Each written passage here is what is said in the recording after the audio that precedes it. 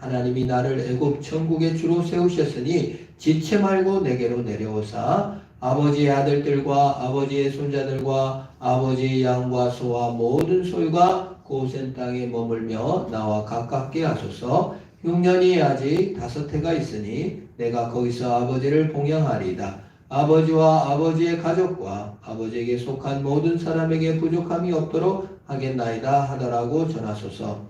당신들의 눈과 내 아우 베냐민의 눈에 보는 바 당신들에게 이 말하는 것은 내 입이라. 당신들은 내가 애굽에서 누리는 영화와 당신이 본 모든 것을 다 내 아버지께 아뢰고 속히 모시고 내려오소서 하며 자기 아우 베냐민의 목을 안고 오니 베냐민도 요셉의 목을 안고 오니라.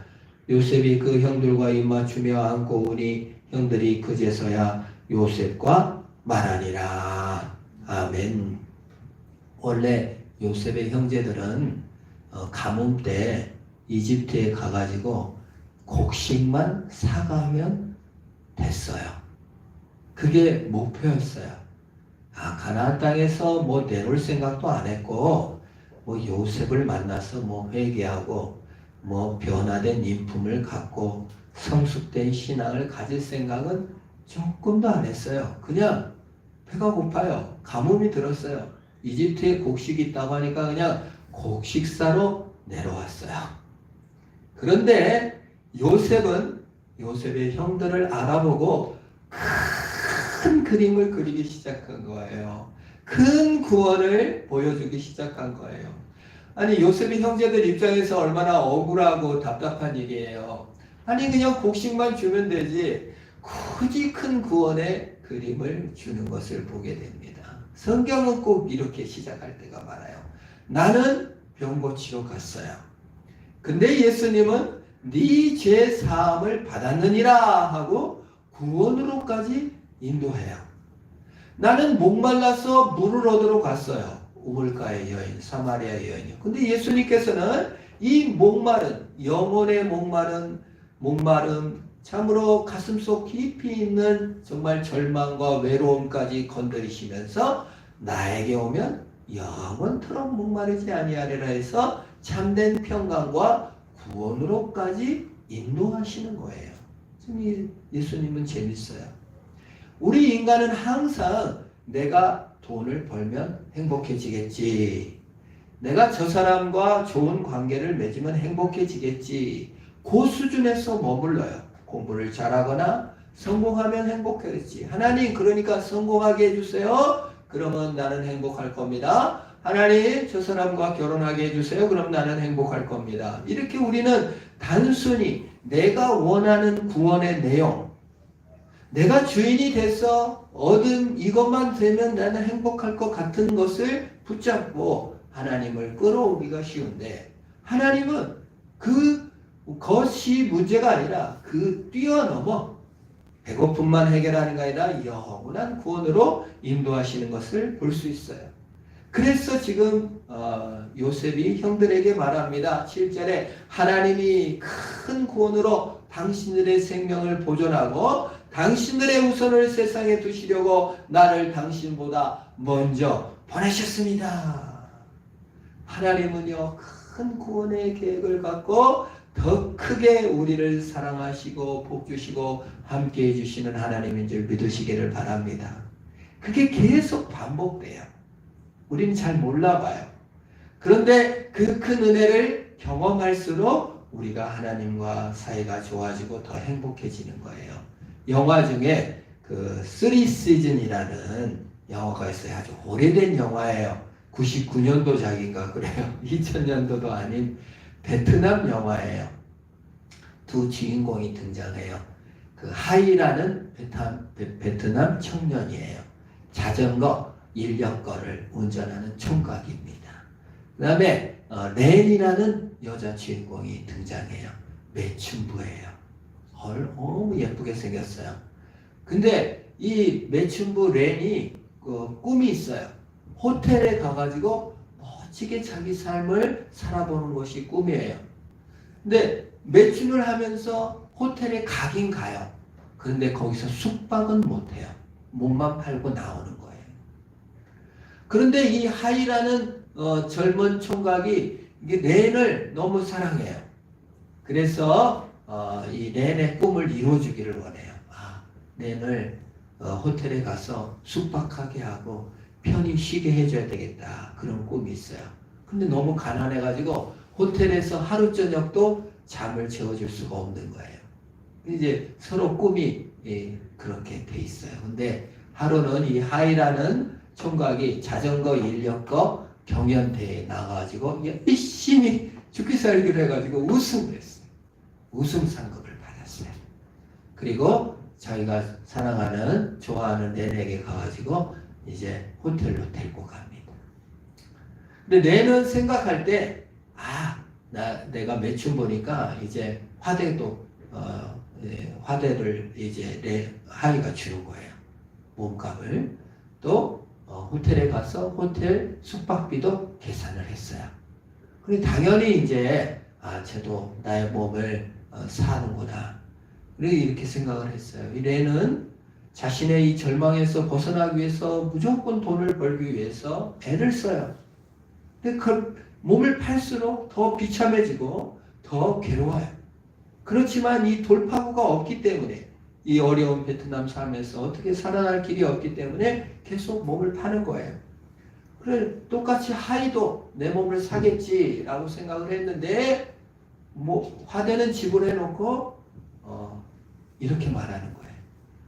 네, 당신이 이 호텔에서 하루 편안히 자는 것을 선물해주고 싶습니다. 너무 의아하죠. 그러니까 렌이 막 처음에는 의심하고 화를 내요. 왜 그러냐? 빨리 저기를 해라. 그런데 하이는 끝까지 몸을 탐하는 게 아니라 나는 정말 렌디가 이 호텔에서 하루 편히 쉬는 것을 원한다. 내가 보고 싶은 것은 네가 호텔에서 편히 자는 모습을 보고 싶다. 그렇게 말해요. 그래서 이제 편안히 하루 정말 이 본심으로 렌이 깜짝 놀래죠. 정말 사심 없이 하루 휴식을 호텔에서 잘 수 있도록 휴식을 취해주는 본심을 알게 됐어요. 이 은혜를 섬기기를 원하고 그냥 은혜를 베풀기를 원하는 하이의 마음을 받게 됐어요. 그리고 이제 다음날 헤어졌는데 그 다음부터 문제가 생겼어요. 렌이 이제 몸을 못 팔겠는 거예요. 자신을 사심 없이 은혜를 베풀어준 정말 모든 걸 다 헌신해준 그 은혜를 받고 나니까 더 이상 몸을 파는 의미가 없어졌다라는 내용의 영화가 있습니다. 참 잘 만든 영화예요. 성경적 오늘 비유도 마찬가지예요. 우리 인간들이 바라는 게 뭡니까? 나는 돈만 있으면 돼. 여러분 직장 생활할 때 정말 상사 비유 맞추기 얼마나 비유가 상하고 또 손님들 대접할 때 얼마나 속상할 때가 많이 있어요. 때로 이게 혹시 내가 몸을 팔아서 먹고 살지 않나 하는 느낌이 들 때도 있을 겁니다. 너무 괴로울 때도 있을 거예요. 어린아이 섬기기도 어려운 것이고요. 또 막노동판도 마찬가지입니다. 흑화먹는 인생이 몸을 팔아먹는 것 같은 느낌이 들 때가 많아요. 그래서 지위가 높아지면 돈이 많아지면 성공하면 내가 이 문제가 해결되겠지라고 생각해요. 그러나 일을 할수록 더 몰려갈수록 때로는 더 비참해질 때가 많아요. 그런 우리에게 예수님께서는 뭐예요? 더 큰 구원을 우리에게 보여주시는 거예요. 그리스도가 우리를 위하여 죽어주심으로 더 큰 영광과 존귀한 자리로 우리를 인도해 주시는 것이에요. 요셉이 그래요. 요셉의 말을 보면 참 재밌어요. 뭐라고 합니까? 바로가 나를 아버지로 압니다. 바로 온 이집트 백성이 나를 주관자와 통치자로 보고 있습니다. 라고 말해요. 바로도 나를 섬기고 내가 권세자가 됐고 내가 정말 통치자가 됐습니다. 내 모든 권세와 통치로 당신들을 섬길 테니까 아버지를 모시고 오세요 라고 말합니다. 요셉의 형제들이 잘한 게 뭐가 있어요? 하나도 잘한 게 없어요. 르우벤 어떤 남자입니까? 자기 욕정에 못 이겨서 아버지 아내인 비라와 통간을 한 사람입니다. 얼마나 재수없는 자입니까? 정말 뭐죠? 폐륜도 그런 폐륜이 없는 짓을 저지른 사람입니다. 시므온과 레위가 어떤 사람입니까? 그 동생 디나가 강간당했다고, 물론 결혼까지 다 하고 이제 모든 걸 책임지겠다고 하는 세겜 사람들을 할례를 시켜놓고 가갖고 다 죽여버렸어요. 집단 학살을 한 잔인한 성격의 소유자며 툭하면 분노하고 화내고 그랬던 사람들 아닙니까? 첩의 자식된 단과 납달리과 갓과 아셀들은 요셉이 늘 고자질해야만 했었던 행실이 좋지 않은 자식들이었습니다. 이 요셉의 형제들이 뭘 잘했어요? 잘한 게 하나도 없어요. 성공을 했습니까? 뭐 공부를 잘해가지고 뭐 의사가 됐습니까? 돈을 많이 벌었습니까? 그냥 가난한 사람이었고 이제 가뭄 때문에 굶어 죽을 수밖에 없는 초라한 사람들이었습니다. 그런데 요셉이 말합니다. 바로가 나를 아버지로 부릅니다. 이집트 모든 사람이 나의 권세 앞에 복종하고 있습니다. 이 권세와 이 영광을 당신들에게 다 주겠어. 아버지를 데리고 오십시오. 아버지 손자들을 데리고 오십시오. 이 권세와 영광을 은혜로 다 주겠습니다. 이래요. 얼마나 놀라운 일이에요. 이게 예수 믿는 일이에요.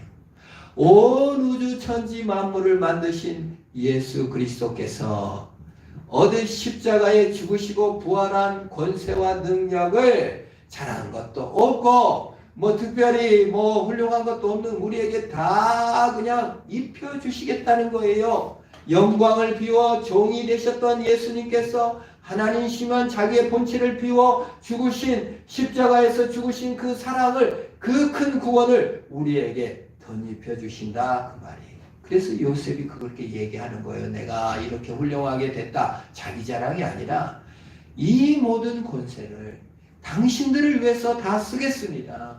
예수님께서 얻으신 모든 영광과 권세를 우리에게 부어 주시겠다라고 약속한 거예요. 하나님의 사랑을 알면 변화되는 줄 믿습니다. 아는 만큼만 변화돼요. 레니, 이 베트남의 매춘부 레니 하이의 순수한 사랑을 알 때 더 이상 이제 매춘을 할 수가 없었던 것처럼 우리가 이 크신 하나님께서 우리를 사랑하시고 복 주심을 알 때 우리는 변화될 수가 있는 거예요. 그게 믿음인 거예요. 참 이게 형제간의 아름다운 모습입니다. 8절에 그래서 그런즉 나를 이리로 보내는 당신들이 아니고 하나님입니다 라고 얘기하세요. 요셉은 우리가 하나님의 얘기는 뭐죠? 찾아오는 얘기죠. 우리 아까 누가복음을 읽었잖아요. 첫째 비유는 뭐예요? 어린 양의 비유죠. 누가 어린 양을 찾아가죠? 주인이 어린 양을 찾으러 다닙니다. 두 번째 비유가 뭡니까? 드라크마 비유죠. 주인이 드라크마를 찾으려고 등불을 켜고 막 뒤져요. 세 번째 비유가 뭐죠? 잃은 아들의 비유죠. 아들을 잃었어요. 근데 찾아요, 안 찾아요?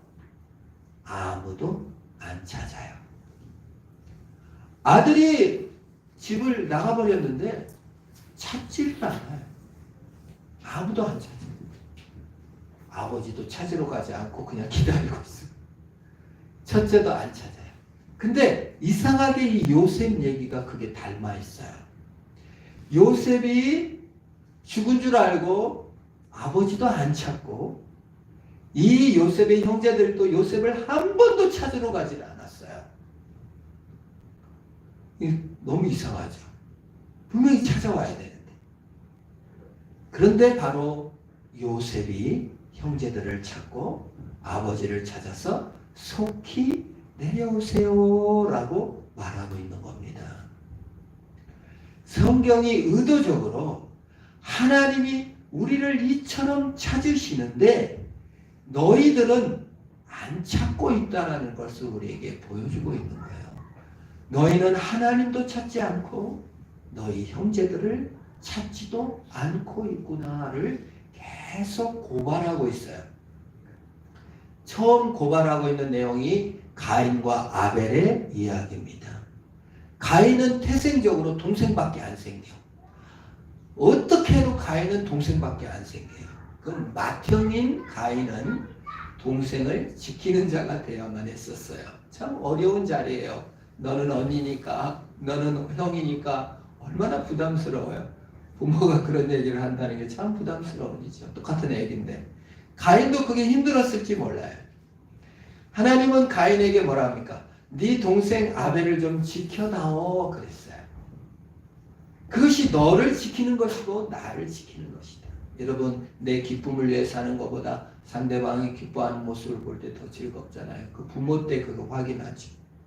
부모가 자녀들이 기뻐하는 걸 볼 때 얼마나 기뻐요. 그래서 너도 기쁜데 나는, 내가 이렇게 기쁜데 너는 얼마나 더 기뻐니? 자녀가 가장 행복할 때가 뭐예요? 부모의 기쁨이 됐구나. 우리 신자가 행복할 때가 언제입니까? 하나님이 나를 기뻐하고 계시고 내가 하나님이 기쁘구나 하죠. 그게 형제예요. 그게 믿음이에요. 그래서 이제 가인은 동생을 돌봐야 됐지만 동생을 돌보기는커녕 죽여버립니다. 그리고 에덴의 동쪽으로 추방되어 문명을 만들어요. 대장간 무기를 만드죠. 농업을 발전시키죠. 그 다음에 음악, 노래를 발전시킵니다. 또 술도 먹습니다. 또 첩을 두기 시작하고 일부 이처 막 다쳐 쾌락을 위해 합니다. 그래서 요즘 문화를 만든 게 가인의 후예들이에요. 대장간 문화, 군사 문화, 쾌락 문화, 음악 문화, 가수들 문화, 전부 다 쾌락의 문화, 전부 다 가인의 후예예요. 그 문화와 문명을 통해서 뭐예요? 나를 보호하는 거예요. 나를 즐기는 거예요. 경쟁하는 거예요. 남을 이기는 거예요. 칼을 갈고 그 수확량을 늘려 성공하는 이야기예요. 그게 가인의 문화예요. 그게 형제의 도리인 줄 알았어요. 문화를 만드는 것은 하나님의 은총이며 문화 속에 직업을 갖는 것도 하나님의 축복이지만 그 축복과 문화의 내용으로 자기를 기쁘게 했고 동생을 지키기보다는 나를 이롭게 하는 문화가 세상의 문화입니다. 지금도 세상은 그래요.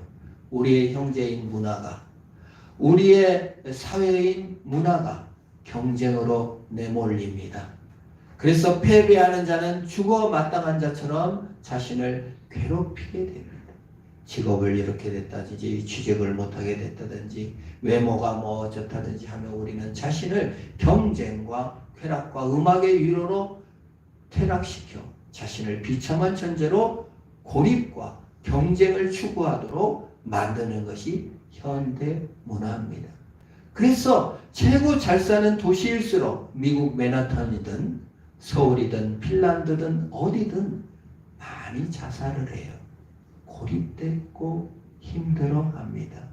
문화 자체가 그래요.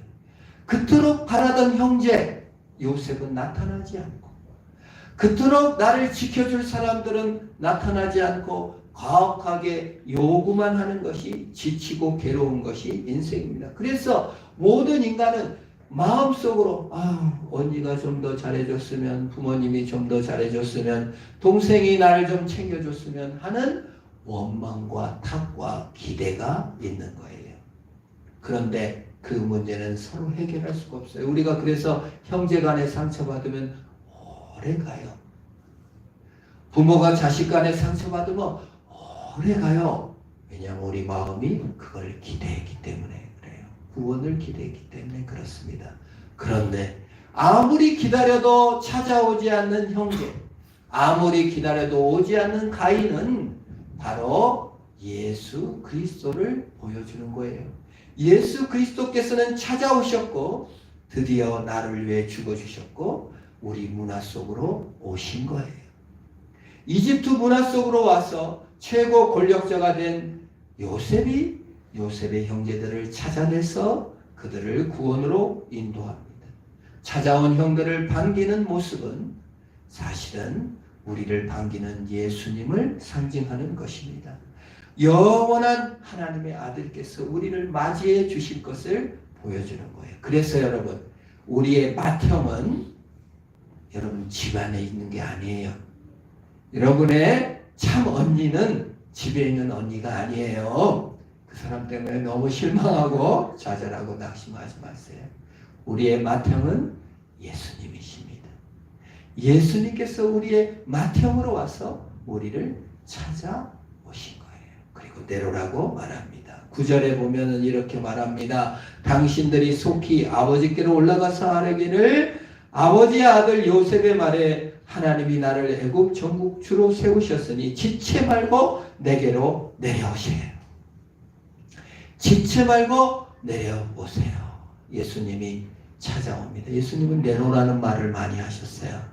어떻게 말하죠? 키 작은 삭개오가 매국노요, 수전노요, 모든 사람에게 왕따당하는 아주 정말 반역자 집안의 수계 정도 되는데 예수님께서 삭개오가 뽕나무 위에 올라 있으니까 삭개오야 내려오너라. 내가 오늘 너의 집에 쉬어야겠다. 따라 내려오라. 내가 너희 집에 쉬겠다. 네가 지쳤냐? 네가 경쟁과 문화 속에 희생당하고 어려움을 겪고 있느냐? 내려와라. 내가 너희 집에 쉬어야겠다. 예수님은 사마리아 우물가 여인을 찾아가서 만나셨습니다. 그 여인은 그냥 물만 먹으러 왔어요. 근데 예수님은 구원의 은혜를 베푸시면서 내가 주는 물은 영원히 목마르지 아니할 것이다 하면서 구원의 물을 전해주셨어요. 우리는 예수님께 단순히 그냥 친구, 위로 또는 어려움 중에 조금 요것만 받으려고 왔는지 모르지만 예수님은 우리를 영원한 구원으로 인도하시며 우리를 내려오라고 하시는 하나님인 것입니다. 만약에 야곱이 기다리지 못하고 내 아들을 따라 죽어야지 하고 죽었다면 요셉을 못 만났을 거예요. 그러나 영원한 하나님 나라를 기다리며 있는 것입니다. 속히 내려오소서 아버지, 속히 내려오소서 형제들. 그러면 이렇게 이사가면 되는 거예요. 여러분, 하늘나라로 우리가 이사가는 거예요. 우리 죽음이 끝이 아니라 이사인 줄 믿으시기를 바랍니다. 예수 믿는 것은요, 이사예요. 이사. 더 좋은 집, 더 권세 있는 집, 더 아름다운 집으로 이사가요. 그럼 이사를 가야 되겠어요? 그냥 여기서 살아야 되겠어요? 이사 따라가야지. 내 자존심 때문에. 내가 잘한 것도 없는데. 만약에 르우벤이 나 같은 것은 이 이집트의 이 영광과 권세와 요셉의 사랑을 받을 자격이 없어. 나는 아버지의 아내를 통관한 나쁜 놈이야. 나는 가서 죄를 더 받고 아주 그냥 죄값 다 치러야지 가지. 난 자존심 상하고 창피해가지고 나는 그냥 여기서 가나안 땅에서 굶어 죽을게요. 이게 믿음이 아니에요. 연약하고 부족하고 죄가 있어도 요셉이 베푼 은혜를 그냥 받아들이는 것이 믿음입니다. 우리의 믿음은 무엇입니까? 내 자존심, 내 연약함, 내 못남, 요것 때문에 난 사랑을 못 받겠어요. 그냥 나는 살인자 집안이고요. 나는 성격도 안 좋고 그러니까 나는 그냥 가나안 땅에서 죽을게요. 시몬과 레이가 그랬으면 되겠습니까? 방법이 없어요. 맞아요. 우리는 굶어 죽을 수밖에 없는데 요셉 당신의 권세와 요셉 당신의 능력과 쌀과 그 지혜를 내가 다 그냥 받겠습니다 하고 내려오면 돼요. 속히 내려오소서. 내려오면 되는 거예요. 그게 믿음이에요. 우리의 믿음은 내가 뭘 잘했냐 못했냐 믿음이 아니라 주님이 주신 은혜를 받아들이는 믿음인 줄 믿으시기를 바랍니다. 하도 안 믿으니까 12절에 이런 말을 해요. 당신들의 눈과 내 아우 베냐민의 눈에 보는 바 당신들에게 이 말하는 것이 내 입이다. 눈으로 보세요. 베냐민 눈으로 보세요. 당신 눈으로 보세요. 내 입의 말을 보세요. 이거 사실이에요. 진짜 일어났어요. 그냥 내려오면 돼요. 라고 말하고 있는 것입니다. 예수님이 주시는 아름다움 때문에 우리의 두려움이 사라지는 것입니다. 요셉의 형제들은 시기 질투하고 요셉을 죽이려 했고 아버지 인정에 목말라 했어요. 그런데 요셉은 그것을 나쁘게 얘기하지 않고 그것이 너희들이 진짜 찾는 하나님을 못 만나서 그렇다 그 말이에요. 로이드 존스 목사님이 이런 말씀을 하셨어요. 영국의 술집과 장려촌을 기웃거리는 모든 발걸음과 손길은 사실은 하나님을 찾는 손길과 발걸음이다 하는 거예요. 그 시기와 두려움과 공포와 외로움과 욕정은 사실 하나님으로 채워야 되는데 내가 원하는 방식인 술이나 쾌락이나 이런 방법으로 채워 넣으려고 할 뿐이지 절대 하나님이 아니고는 채워질 수 없다는 겁니다. 주님을 바라본 만큼 우리는 해방되고 자유로울 것입니다. 우리가 직장에 너무 얽매이고 성공에 얽매이고 교육에 얽매이고 삶에 너무 얽매고 있다는 것은 사실 예수 바라보면 노예가 변하여 자녀가 되는 것이고 예수 바라보면 삶의 의무가 변하여 기쁨이 될 줄로 믿습니다. 우리는 그걸 믿는 거예요. 우리의 필요를 인정해야 됩니다.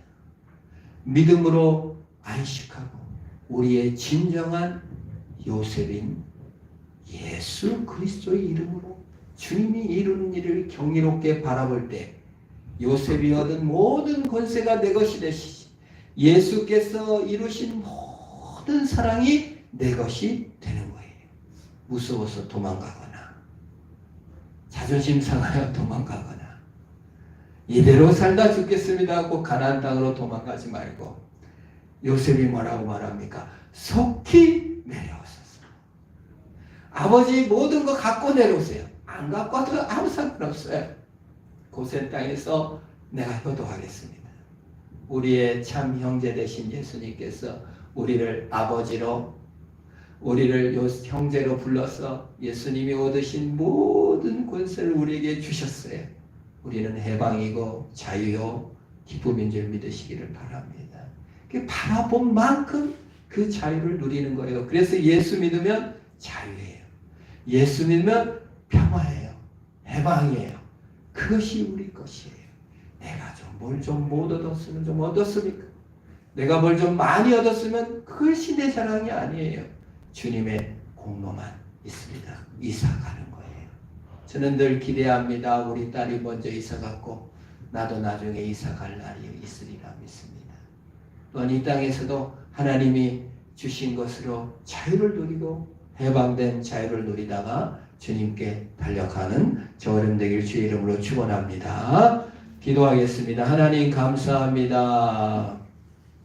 주님께서 베푸신 은혜와 사랑이 우리의 힘이 되게 하시고 우리의 정체성이게 하옵소서. 내가 얻으려 하는 것이 참으로 문제가 아니라 주님께서 주고자 하신 그 큰 은혜로 인하여 승리토록 복을 주옵소서.